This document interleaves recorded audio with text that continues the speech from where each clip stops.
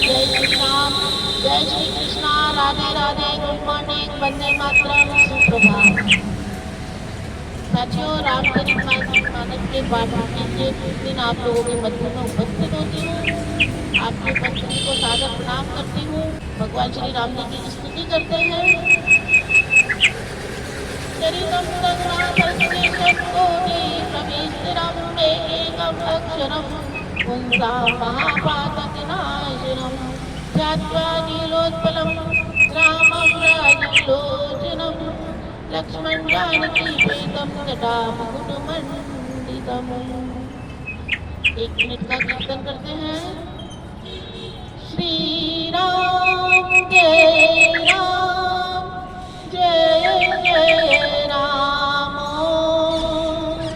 श्री राम जय राम, जय जय राम, श्री राम जय राम, जय जय राम, श्री राम जय राम, जय जय राम, श्री राम जय राम, जय जय राम, श्री राम जय राम, जय जय राम। बोलिए भगवान श्री रामचंद्र जी की जय। अयोध्यापति रामचंद्र जी की जय। मर्यादा पुरुषोत्तम भगवान श्री राम जी की जय। लोकोत्तर पुरुष भगवान श्री राम जी की जय। बोलिए हनुमान जी महाराज की जय। उमापति शंकर भगवान की जय। उपजी जबहि तब उत्पत्ति भय मोर, नाम एक तनु है नाथ हरि बहोर। या हरे रामचंद्र वर जय शरण शंकर हरि ओम। जय जय सिया राम, जय जय हनुमान। मंगल भवन मंगल हारी, द्रवहु दशरथ अजर बिहारी। दीन दयाल विरज संहारी, हरहु नाथ मम संकट भारी।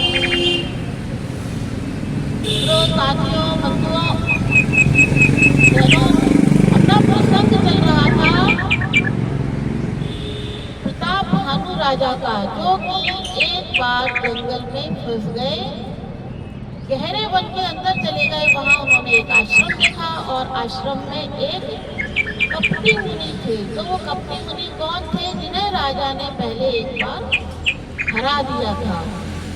तो राजा उस कपटी मुनि की मीठी मीठी बातों में आए और आते चले गए और उससे फिर अंत में पूछा कि आप अपने नाम का अर्थ बताइए। क्योंकि कपटी मुनि ने अपने नाम का अर्थ क्या बताया? नाम क्या बताया? एक तनु। तो ये 2 बातें डिफरेंट हैं। एक तनु का अर्थ है कि जिसने दूसरा शरीर भी धारण नहीं किया हो, परंतु ऐसा कैसे हो सकता है?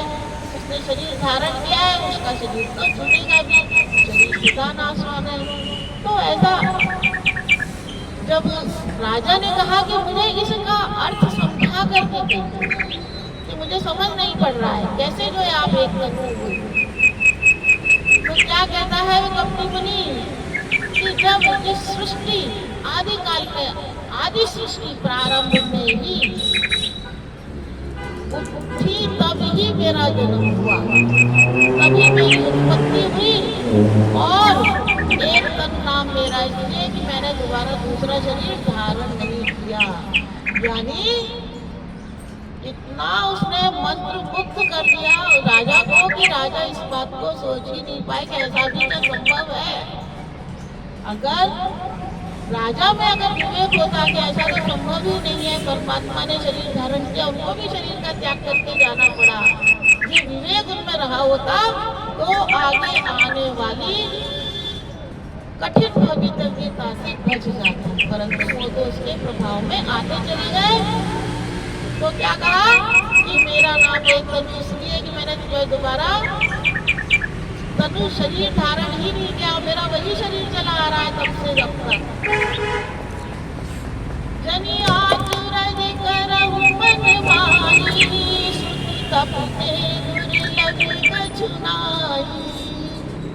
जब उसे लगा कि राजा मन में आश्चर्य कर रहे हैं, भाई ऐसा कैसे हो सकता है कि कभी शरीर ही ना बनता हो, तो क्या कहा कि सुनकर के आपको आश्चर्य लगेगा, परंतु तब से सब कुछ संभव है, उससे कुछ भी चीज दुर्लभ नहीं है। फिर आगे उसकी तप की महिमा बतलाई, बड़ी सुंदर तरीके से बतलाई, बहुत ही सुंदर चौपाइयां तुलसीदास जी ने लिखी है। तप तप बल के जग सृजहि विधाता, तप बल विष्णु भय परित्राता, तप बल सौम करहि संहारा, तप ते असमिन कछु संसारा। मतलब मैंने जो तप किया उससे जो ये संभव हो गया। आगे उदाहरण उन्होंने दिए, क्या उदाहरण दिए कि तप के बल से, तपस्या के बल से ही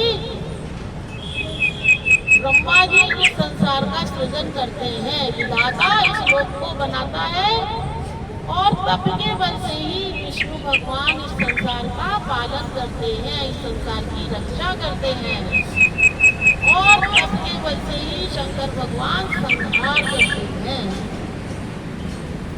तो तप बल जिसके पास तप का बल है, उसके लिए संसार में कुछ भी ऐसा नहीं है जिसे वह प्राप्त ना कर सके, वह सब कुछ प्राप्त कर सकता है।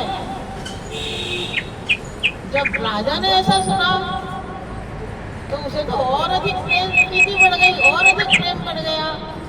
भय सुन अति अनुरागा, कथा पुरातन करे सुलागा, करम धर्म इतिहास अनेका, करहि निरूपण विरति विवेका। तो देखिए मुनि कपटी था, पर लेकिन उसने मुनि बनने के लिए भी कितना ज्ञान हासिल किया था। उसने समस्त मुनियों के ज्ञान को हासिल करके राजा के सामने रख दिया।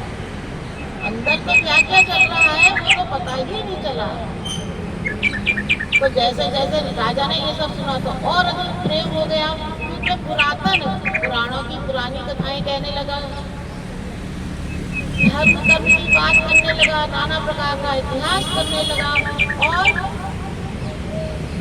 राग विराग प्रेम संयोग वियोग इन सबका विवेक से निरूपण करने लगा।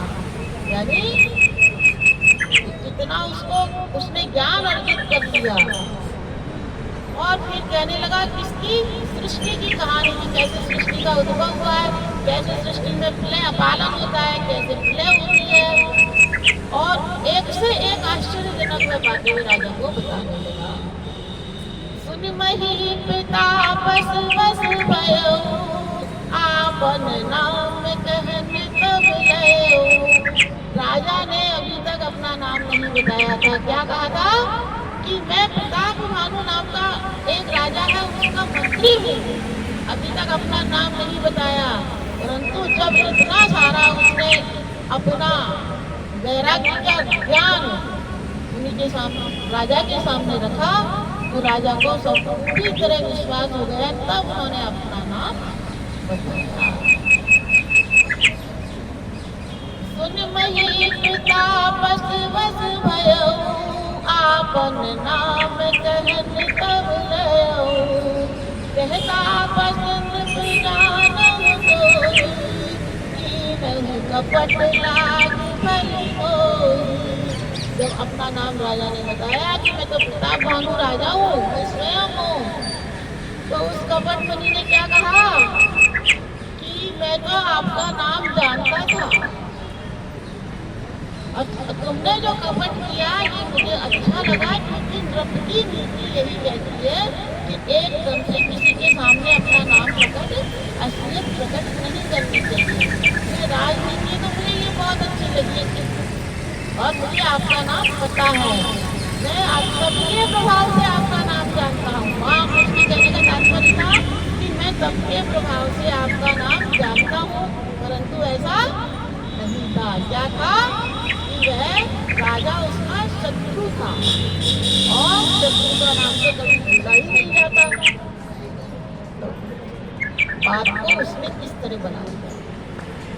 सुनी महेश यसनी कह नाम न कहे रब मोहि तोहि पर अति सोई जग का विचार तव सियावर रामचंद्र वर जय शरणम शंकर हरि ओम जय जय सिया राम जय जय हनुमान मंगल भवन मंगलहारी द्रवहु सुदशरथ अजर बिहारी दीन दयाल विरद संभारी हरहु नाथ मम संकट भारी। तो उन्होंने कहा कि मुझे तुम्हारी चतुरता बहुत अच्छी लगी। एकदम से राजा को नाम नहीं बताना चाहिए था, फिर खुद ही उसने बताना कहा नाम तुम्हारे प्रताप दिनेशा सत्य के तब पिता नरेशा। कि तुम्हारा ही नाम नहीं, मैं तो ये जानता हूँ तुम्हारे पिता का नाम क्या था। कि तुम्हारा नाम तो प्रताप भानु है और तुम्हारे पिता का नाम सत्य के था। गुरु प्रसाद सब जानऊ राजा कहू न आपन जान एकाजा। गुरु के प्रसाद से राजन मैं सब कुछ जानता हूँ, परंतु मैंने इसलिए नहीं कहा क्योंकि जो है ठीक नहीं लगा उस समय। देखी बात तब सहज सुनाई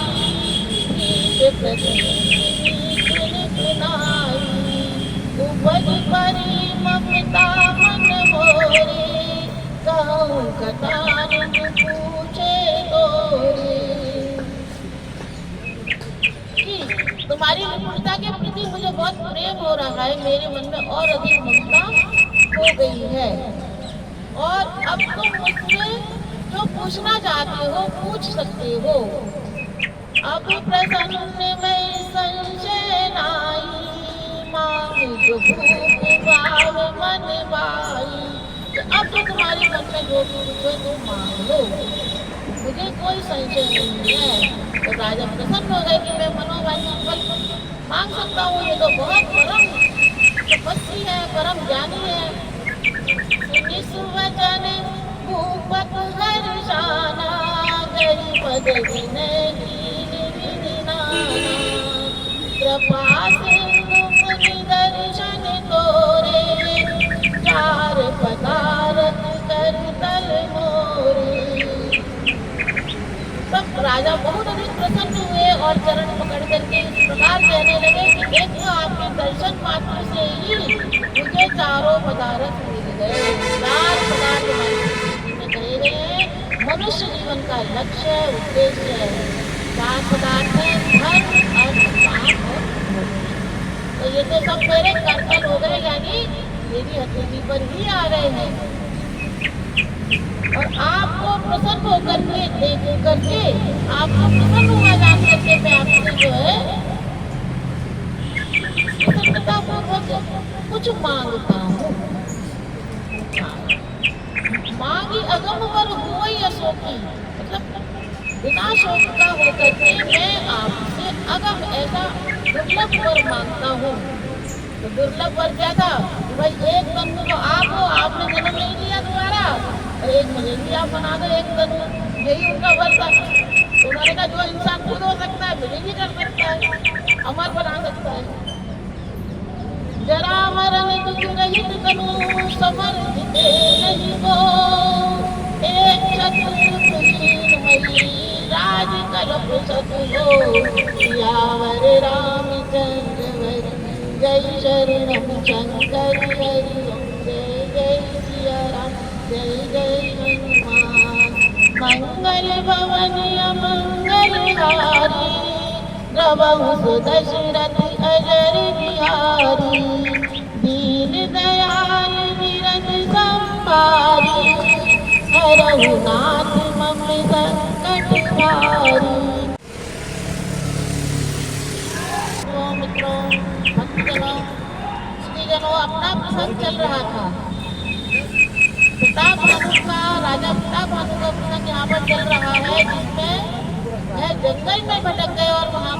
कपट मुनि के वैष्णव का एक शत्रु था और जब उसने वार्तालाप किया तो वह उन पर अंधविश्वास कर बैठे और उन्होंने कहा सोचा कि ये तो परम तपस्वी है, मेरा कुछ भला कर सकते हैं।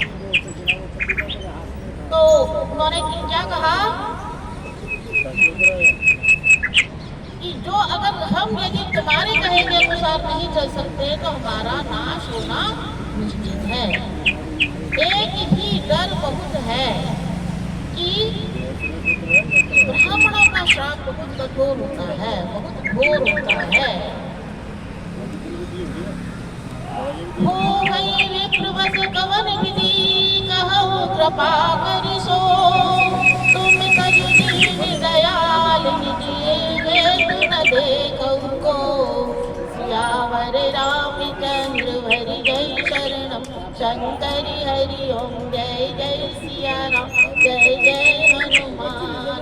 मंगल भवन मंगल हारी, द्रवहु सुदशरथ अजर बिहारी। दीन दयाल गिरत संभारी, हरहु नाथ मम संकट भारी।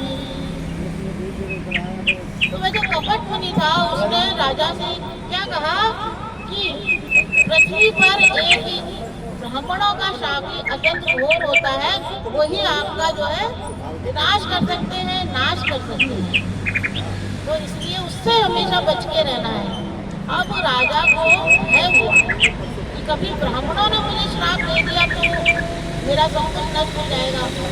तो क्या कहते हैं कि ब्राह्मणों को किस प्रकार वश में किया जाए, ऐसा मुझे आप कृपा करके बतला दीजिए, क्योंकि मुझे इस समय आपके समान हितकारी कोई दूसरा नहीं दिखाई देता है। आप मेरा परम हित करने वाले मुझे दिख रहे हैं। सुन विधि जतन जग माई, कष्ट साध्य पुनि होवत नाही। अहै एक अति सुगम उपाय, तहा परंतु एक कठिनाई।